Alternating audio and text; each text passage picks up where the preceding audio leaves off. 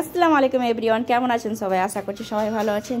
আমিও ভালো আছি আলহামদুলিল্লাহ, আপনাদের দোয়াতে। আর আজকে দেখেন আমার বর কী করেছে, আলু পুড়িয়ে দিয়েছে। বলছে আলু পুড়িয়ে সানা করো।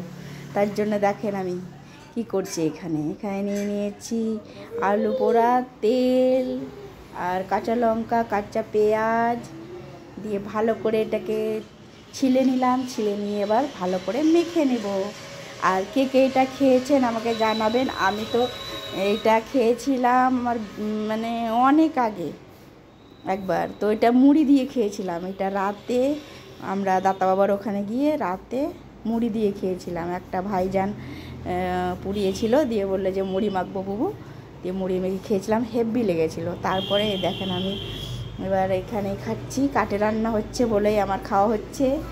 দুদিন আলু পোড়া খেয়েছি আর আজকে ফার্স্ট টাইম সানা করলাম। তো কি বলবো আপনাদেরকে, এত এত এত টেস্ট লাগছে, মনে হচ্ছে আলু সিদ্ধতে ওই রকম টেস্ট হয় না, এত সুন্দর টেস্ট হয়েছে। পোড়াতে যে এত টেস্ট জানতাম না। আর এই দেখেন আজকে আমার মেয়ে ভালো, ইনশাআল্লাহ আপনাদের দোয়াতে ভালো হয়ে গেছে বলেই বলছে চিকেন খাবো বলে। আর চিকেন, ডাল, বেগুন সানা, আলু পোড়া সানা, আর এখানে করেছি শাক। আর কেমন হয়েছে আপনারা জানাবেন। শুভ দুপুর সবকে, ভালো থাকবেন, সুস্থ থাকবেন। আর আমাকে আমার ভিডিও ভালো লাগলে লাইক, কমেন্ট, শেয়ার করে দিবেন। আবার আসসালামু আলাইকুম, ভালো থাকবেন।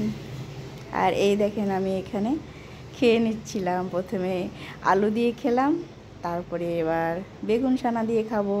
আর কাঠের বেগুন সানাটাও এত সুন্দর হয়েছিল যে কি বলবো আপনাদের, কাঠের জিনিসই মানে আলাদা। ভালো থাকবেন সবাই।